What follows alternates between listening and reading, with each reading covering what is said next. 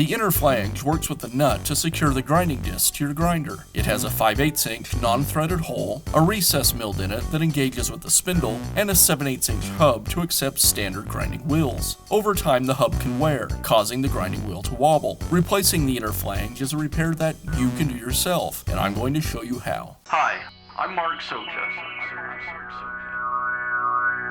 Do-it-yourself repairs like these are easier than you might think.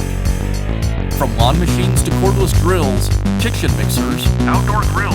our how-to videos walk you through each repair from start to finish.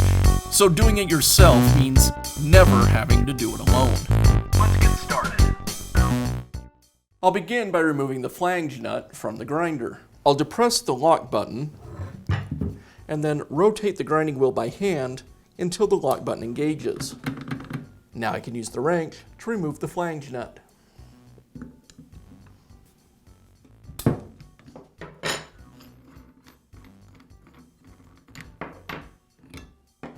Now I can remove the inner flange. Now I can install the inner flange. When I do, I want to make sure that I have the side with the recess facing towards the gearbox. I'll rotate the flange until the recess engages with the spindle. And now I can reinstall the grinding wheel. The lock nut can be installed one of two ways depending on the type of grinding wheel you're using. If you're using a standard grinding wheel, you first place it on the inner flange, and then use the side of the locking flange that has the hub.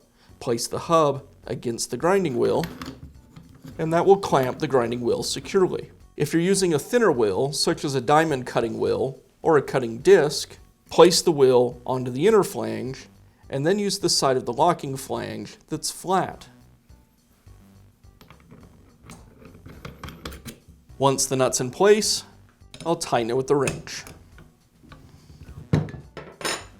And that's how simple it is to replace the inner flange on your grinder. Be sure to check back often for new videos and expert advice. If you found this video helpful, give us a thumbs up And leave a comment.